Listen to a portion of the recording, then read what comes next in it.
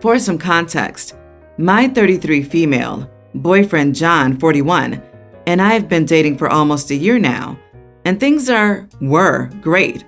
He's romantic, loving, helps with chores, I know, right? And he's funny as well. However, no person is without their faults. He's a bit uptight about his feelings and expressing his emotions sometimes, and he's struggled a lot with his mental health in the past, but he's doing well now. I also know that he had an incredibly strange relationship with his father, and that it must have been abusive to some degree, but I don't know any details. His dad died years before I met him, but I can count the number of times John has talked about his dad on one hand. He's that tight-lipped about those sort of things. Well, anyway, last week I found out that I'm pregnant, and I went to tell John. I thought he would be happy because he has a little niece and a baby nephew that he's great with. And as I said before, he's a loving and caring partner. But I was entirely wrong. John flipped out on me completely. He told me to put the baby up for adoption and accused me of cheating, called me names, etc. It wasn't good. He said that he never wanted to see me again, and he kicked me out of his house. I'm kind of in shock, and I've honestly been crying and eating ice cream for the past few days, trying to decide what to do. I haven't spoken to John at all. He hasn't answered any of my calls, so honestly, I accepted that he meant what he said. But 2 days ago, his sister, 37, reached out to me.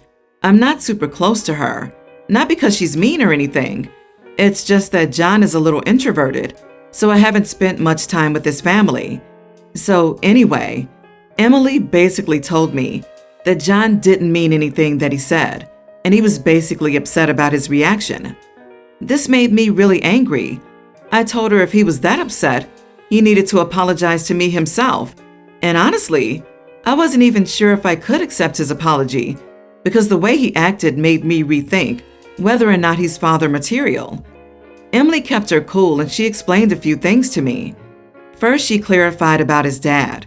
She said he was incredibly violent and toxic, and she's sure that John is just scared. Emily didn't tell me any details and said that was up to John.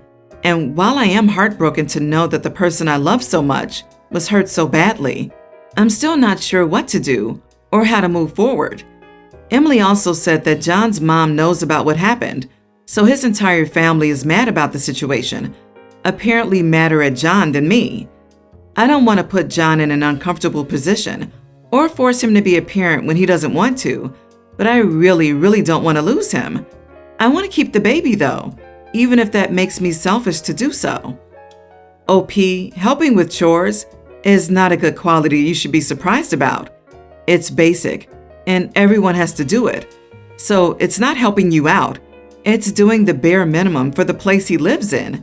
You need better standards. To be scared, upset, concerned, or worried about the type of father you'll be is perfectly acceptable. For a grown man to accuse you of cheating and kick you out without bothering to step back to gather his thoughts and speak to you with respect is indicative of poor communication skills, poor coping skills, anger management issues, and outright disrespect towards you. I'm glad I'm not the only one who thought this while reading. Helps with chores. Yikes! It sounds like a housewife from the 50s, being happy her husband clears the table once a week. In serious committed relationships, people take equal responsibility for the household work. Nobody helps out. Jesus, people, stop dating man-children and accepting their lazy, childish behavior. Run, do not walk. You are only 33. This guy has no clear plans for therapy.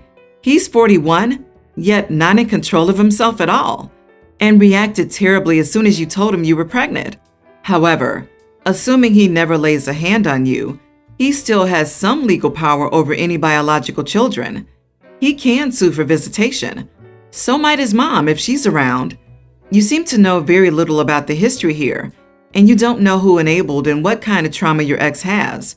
Don't tie yourself and your tiny fetus to this severely damaged man or his unknown family. You can find another guy who takes responsibility for his own mental well-being and his children's and has an easier life without spending half your free time and money in court. Update: my boyfriend kicked me out last week because he found out I'm pregnant.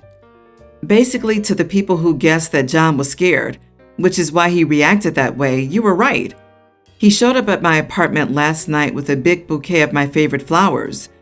I'm not entirely sure how to explain what happened, but I'll do the best I can. After I opened the door, we didn't say anything for a minute, but then I asked him what he was doing at my place.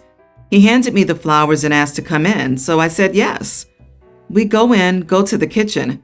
It's so awkward, and I'm busying myself getting a vase and preparing the flowers. And then out of nowhere, he starts talking and apologizing. I'm going to be honest, it was hard to understand what he was saying because he started crying, and I mean bawling.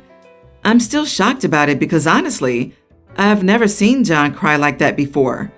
Finally, I got him to sit down with me, and he calmed down enough to give me a proper apology.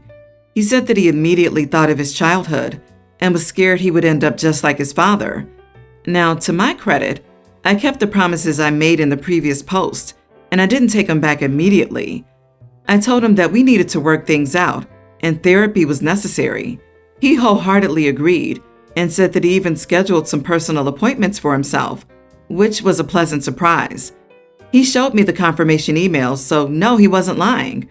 He agreed to couples counseling, and we'll find a counselor later today.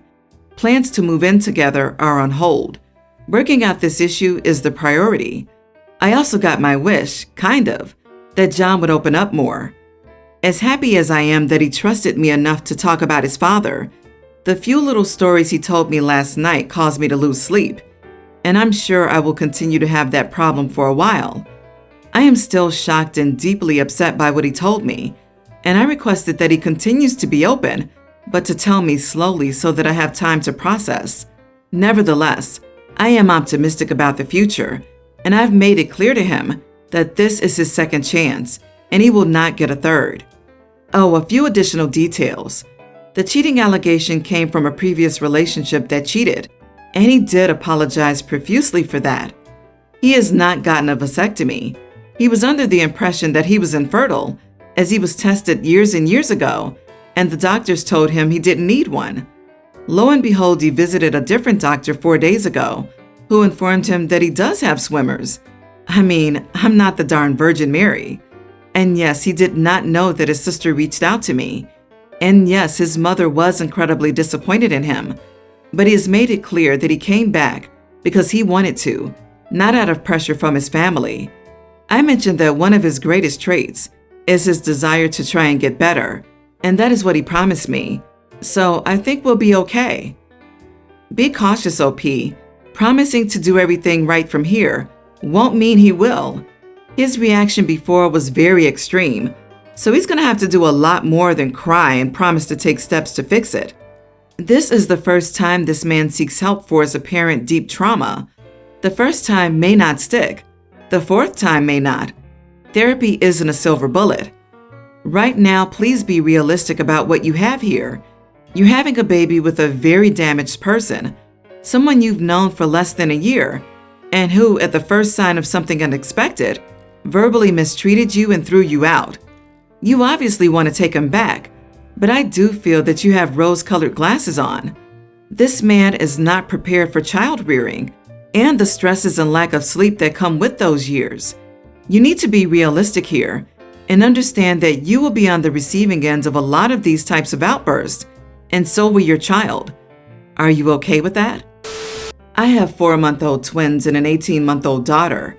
All three are breastfed, twins exclusively breastfed. Since my boys, my family has been insane, constantly showing up unannounced, to the point where my wife had to escort my cousin out, literally. We went to my parents' place. We were only planning on being there for a few hours, so our daughter could have some interaction that isn't just us. Naturally, the boys came up. People kept asking to hold them. My cousin then piped up and asked if she could babysit the boys. I said no, they're breastfed and don't take bottles. She said she was sure she could get them to take the bottles, as she'd managed before. She gave our daughter a bottle when she was 12 months, after she'd been using a cup for a few months. I told her that no, they wouldn't be using bottles in any situation. Every few minutes she'd ask again, keep pushing it, coming up with new ideas, none of which I'm going to go for, obviously. Just as we were getting ready to leave, She followed us to the door and quite literally tried to pull one of the boys from me so she could cuddle them. Again, she then asked if I was sure they couldn't have a bottle or if I could just pop back in whenever they're hungry. I turned back to her and said, "Unless you plan on popping a tit out and putting it in his mouth, you're not watching him." My wife found it hilarious. I took my baby back and we left. Since then, my family called me crude and stuck up because she was just asking, saying I could have been kinder. In my opinion, I said no multiple times and she kept pushing. My wife thinks I could have potentially left it, but agrees she had it coming, though my wife doesn't like my family, so take that with a grain of salt. I do feel a little bad. She's autistic and sometimes doesn't understand things, but I feel like I was being obvious enough. I don't know, I have apologized, but she left me on red. Since then, my family has stated they don't want to see me until I make it up to her, which I presume means letting her babysit, which isn't happening. My children aren't dolls, but I'm still being treated like an idiot. Was what I did that bad? A few friends said they'd be really upset, but I don't think they really grasp how agitated I was. So, am I the idiot? Not the idiot. You were kinder the first X number of times you were asked. Unfortunately, kinder wasn't getting the point across, so you needed to try something different. No means no, and she kept pushing. You tried and she kept pushing, and you exploded. What did she expect? Everyone's the idiot here. Your family has done your cousin no favors by allowing her to behave inappropriately, not setting boundaries, and stopping her from pushing when she misses the social cues to stop. You know that she's autistic and has problems picking up social norms that would stop others. Yes, you needed to get blunt with her to stop, but I think the popping out a tit was unnecessary. If anything, I think she would find that more confusing than helpful. OP's not the idiot. Why do people get so obsessive about other people's babies? They're not toys or possessions. You as parents know what's best for your kid. They can ask, but your choice should be respected. They're your children, and they are 4 months old. Autism isn't an excuse not to understand the word no. If your cousin can't grasp the concept of no, they shouldn't be babysitting anyway.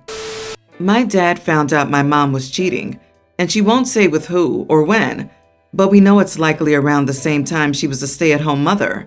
The thing is, she had all of us, 2 brothers, 1 sister, around the same time, so any one of us could not be my father's. He's divorcing my mother and wants us to take a DNA test to prove we're his children. Otherwise, he isn't paying for college for us. He promised to do so before this, and all of us have been counting on it. My sister, oldest, did the test because she was confident she was related to our dad. She was likely pre-cheating, and she looked the most like him, so I was pretty sure she was. She's also in college and is relying on our dad, and he's going to keep paying because the paternity test came back positive. I feel I'm not my dad's biological kid, since I don't look anything like him, and people have even commented I don't look like the rest of my family. I'm terrified because I think he's upset enough that he won't talk to me anymore, and definitely won't be paying for my college. I don't want to take the paternity test because I don't want to know, but I probably won't get college paid for if I don't. The money isn't in a college fund, but set aside as investments my dad has and isn't going to go to my mom in the divorce proceedings, probably. I don't know how things will go, and I'm starting college in September. I stupidly picked a pretty expensive school because I thought my dad would pay for it, and he said it was okay. But now, even if my mom was willing to, I don't think she can afford it. I'm so mad at her and my dad for putting me in this position. I've told him I'm not doing the test, and he said that's okay, but he'll assume I'm not his and not have anything else to do with me since I'm 18 already. So I'm living with my mom, but not talking to her because of this. I might be the idiot for refusing to do a DNA test because I'm scared of the truth and don't want to know. Mom's lawyer also told me not to do it. So you're 18 and just found out your dad may not be your dad, and he's punishing you for something beyond your control. Not the idiot, OP. Your mother is clearly an idiot. Likewise, your dad is being an idiot to treat you as a stranger if you're not getting a DNA test. Jesus, poor kid. His mother is also using him, as she and her lawyer do not want OP to do the DNA test, so that she, OP's mother, can get a better deal in the divorce. The cheating cannot be positively proven. Naturally, OP's father is angry with OP, possibly because he's weakening his divorce case by refusing to take the DNA test and proving his mother cheated. This is a no-win for OP. Even if it turns out he's DNA related, he'll always know his dad was willing to throw him away over a piece of paper. Not the idiot. Your parents suck. I'd have the DNA test done personally just to find out. And if you aren't your dad's kid, try to figure out who your bio dad is. It'll help you later if your doctors ever have any hereditary health questions. You don't have to right now for sure, but I eventually would once I came to terms with it. I am so sorry you're going through this. That is so crappy to deal with as a kid. Go to the college you think will be best for your future. I funded my own college. My parents didn't pay a dime. You can do it. It's harder, but you are capable. Update.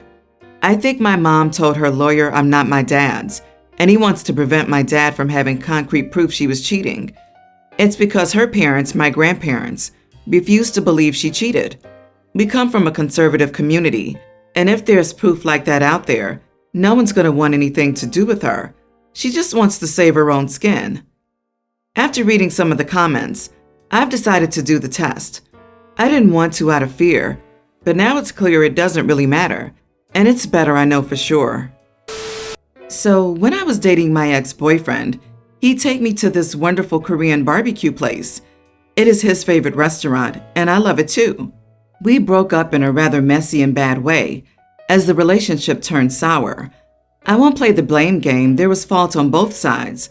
I wasn't about to let a bad breakup prevent me from going to get the food I loved though, so I still visit the place from time to time. We broke up a year ago, and a little while ago we ran into each other there while he was on a date with another woman. I resolved to ignore him and enjoy my food, but he saw me and demanded to know what I was doing there, and even asked me if I was stalking him. Apparently, my laughter at the very idea offended him even further, and I told him he was flattering himself far too much, that I just liked the food there. Some of my friends think it's weird I continue to go here though, and that it could cause further incidents if I run into him, and that I should just not go here anymore, as it was his first, and be considerate. I think it's ridiculous as it's just a restaurant I happen to like. Am I in the wrong here? It was his first? LOL. Unless you're in second grade, this is just a stupid thing for people to say. Not the idiot OP. He doesn't own the restaurant. Therefore, he has no say whether you go there or not. To be honest, he should be more concerned with his date than what you're up to. Otherwise, he'll not see his date again. If I was his date, I would have seen this behavior as a red flag. He's just a customer there. LOL, if he owned it, that would be a different matter. I honestly felt sorry for the poor girl, especially the look she was giving him after my reaction to his accusation of stalking him. I think that may not be a relationship that lasts long. It's a public restaurant. In breakups, you split your shared possessions. Sometimes you even end up splitting the friends, but you don't split public dining and entertainment establishments, LOL. It's cracking me up that he thinks a Korean barbecue spot that he isn't directly affiliated with is an asset that one gets to maintain as part of the split. LOL, keep enjoying your food.